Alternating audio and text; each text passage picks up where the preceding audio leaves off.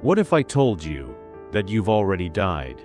Not metaphorically, not poetically, literally. The version of you that started this video is already gone. A memory, a trace, a shadow frozen in the fabric of the universe. Time is strange like that. We live our lives assuming it flows forward, like a river pulling us from past to future. We measure it with clocks, feel it in our bones, chase it, waste it, and fear its end. But when physicists look closely at the universe, time doesn't behave the way we think it does. It doesn't flow. It doesn't even move. In fact, many scientists argue that all moments, past, present, and future, exist simultaneously, like frames of a film already printed. You're simply experiencing them one by one, as your consciousness flips through the reel. Welcome to AstronQuest, where we explore the wonders of the cosmos, the mysteries of physics, and the questions that tug at the edges of human understanding. In this video, we'll journey through the true nature of time, what it is, how Einstein showed it's woven into space itself, and why your now might be nothing more than an illusion. We'll explore quantum puzzles, time dilation, the role of the observer, and the haunting idea that the future already exists, waiting. So take a breath. Hold on to this moment, because soon, it too will be gone. Imagine a world where time isn't something that flows, but something that is. Not a river, but a landscape. It may sound like science fiction, but this is the picture of reality that emerged from Einstein's theory of relativity. In 1905, Einstein redefined time forever. Instead of treating it as separate from space, he showed they were interwoven, part of a single fabric called spacetime. Time, in his view, wasn't universal. It could stretch, slow down, or even stop, depending on how fast you moved or how close you were to a massive object. Think of spacetime like a giant loaf of bread. If each slice represents a moment in time, the entire loaf exists all at once, past, present, and future, stacked together. What we call now is just the slice our consciousness happens to be experiencing. It gets stranger. According to relativity, everyone carries their own clock, their own personal time. Two people moving at different speeds, or standing in different gravitational fields, will experience time differently. Literally. This isn't just theory. It's been tested with atomic clocks flown in planes and launched into orbit. The faster they move, the slower they tick. And yes, the clocks do disagree. So when someone says time flies, you might ask, whose time? This leads us to one of the most unsettling but beautiful ideas in physics, the block universe. In this view, time doesn't happen. It is. Every moment, your birth, your last breath, the words you're hearing right now, still exists, permanently etched into the fabric of spacetime. You're just moving through them like a needle threading a tapestry. It's tempting to imagine time as something pushing us forward. But in this model, it's more accurate to say we're stationary. And time is already laid out in full, waiting to be witnessed. Which raises a haunting question. If your past self still exists somewhere in this block, did it ever truly stop being you? And if the future already exists, are you just playing out a role that's already been written? Close your eyes for a moment. Try to grasp the present, this very instant. By the time you think about it, it's already past. What we call now is a slippery illusion. A mental bookmark, not a physical point in time. And the truth is, your brain is constantly playing catch-up. Every sight you see, every sound you hear is delayed by the time it takes light or sound to reach you, and even more by the time your brain takes to process it. In other words, you are always living in the past. But it gets even stranger. According to Einstein's theory of relativity, there is no universal now. The idea that everyone shares the same present moment, across the universe, or even across a room, simply isn't true. Let's say you're standing on a train platform. A train rushes by, and someone inside turns on a flashlight exactly at the midpoint of the car. From their point of view, the light travels to both ends equally. But from your point of view on the platform, the light reaches the front and back of the train at different times. You and the person on the train disagree about when the same event occurred. That's simultaneity, and it's relative. What you call now could be someone else's past, or their future. Our experience of time is deeply personal, locked to our frame of reference. Space-time, some physicists suggest, is more like a vast landscape. But your consciousness, it peers through a narrow train window. You only ever see one moment at a time, framed by that window. Meanwhile, the entire scenery, past hills and future mountains, still exists, waiting outside your view.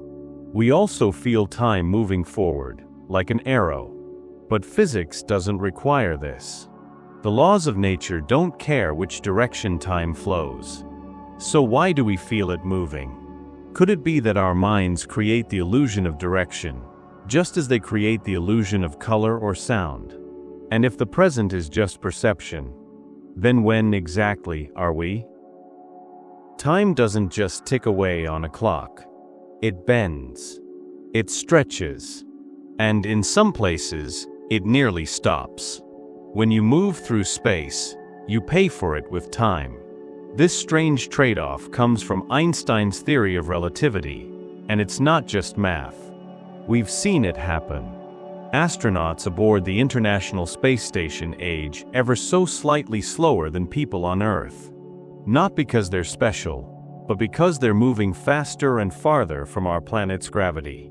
It's known as time dilation, and it means there's no single shared rate at which time flows. The faster you travel, the slower your time runs compared to others. And that's not all. High speeds distort more than just time, they also warp space. From the perspective of an outside observer, an object moving close to the speed of light actually shrinks along the direction of motion. This is called length contraction, and it's a real measurable effect.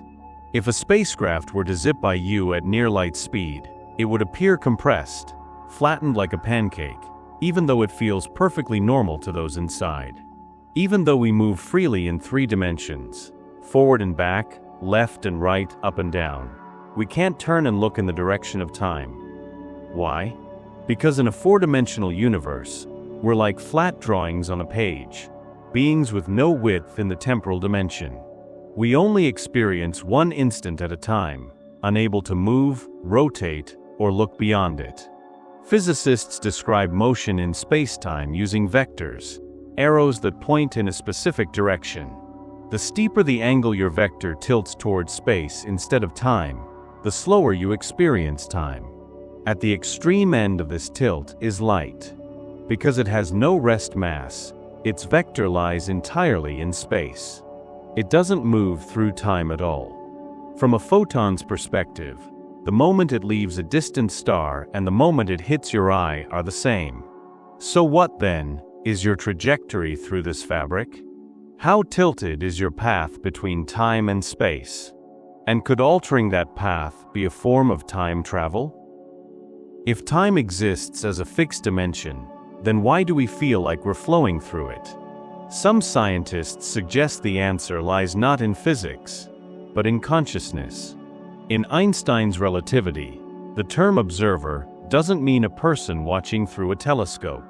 It means a frame of reference, a coordinate system with its own version of time. That alone is fascinating.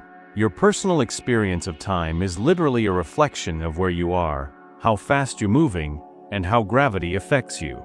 But in quantum mechanics, the observer plays a much stranger role. Take the famous double-slit experiment.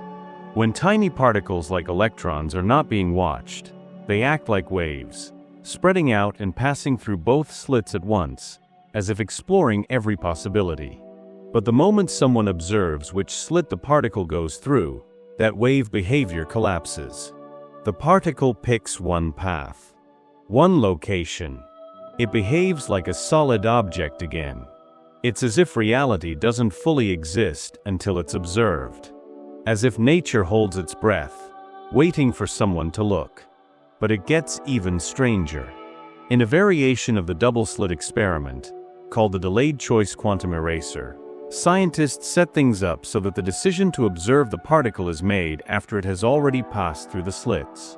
Logically, that decision should have no effect. The particle has already done what it was going to do. But what they find is this: if you choose to gather information about which path the particle took, it behaves like a particle. If you choose not to, it behaves like a wave, even though that decision comes too late to influence the outcome, at least in any classical sense. It's as if the particle waits to see what you'll do before deciding how to behave in the past. What does this mean for time? Some physicists speculate that consciousness might play a role in collapsing the flow of potential futures into a single, observed present. That without an observer, there's no now, only possibility. It's a radical idea. But quantum theory doesn't entirely rule it out. In a quantum world, past and future may exist in a kind of superposition, a blend of possibilities that only locks in when observed. Time in this view is less like a line and more like a cloud, one that only clears as you walk through it. And if the future is already written into the structure of space-time, as relativity suggests, but only becomes real when it's observed, then what happens to the idea of free will? Are you making choices, or simply uncovering what was already there? It's a haunting tension between the determinism of relativity and the indeterminacy of quantum physics. Between a universe that already contains every outcome, and a mind that believes it's choosing one path. So ask yourself, is time something that passes through you? Or something you're actively creating, moment by moment? If time is a dimension, already laid out from beginning to end, then who are you really? Not just this moment. Not just this thought. But all of you. Every version, every stage, every breath. Still existing, still part of the great structure of space-time. In a way, your entire life may be out there somewhere. Not unfolding, but already written. Like a sculpture, not a song. But here's the strange part. We can't see it. We don't experience it. And maybe that's the point. It's been said that we are like coins seen edge on, thin slivers of being, with no real view of our own length in time. We move from instant to instant, never glimpsing the full picture of who we are. Einstein himself called the separation between past, present, and future an illusion, albeit a persistent one. Maybe that illusion is necessary. Maybe the flow of time is what gives meaning to moments, what allows us to grow, choose, regret, remember, and hope. So yes, maybe you've already died. But you've also already fallen in love. Already laughed. Already made someone's day. And somewhere in the eternal structure of time, you always will. So take comfort in this strange truth. No moment is ever truly lost. Every part of you, every version, still exists, etched forever into the fabric of the cosmos. If this idea moved you, or made you see time a little differently, let us know in the comments. And if you'd like to keep exploring the universe with us, don't forget to like, subscribe, and join us for more journeys through space, time, and everything in between. Until next time, keep wondering.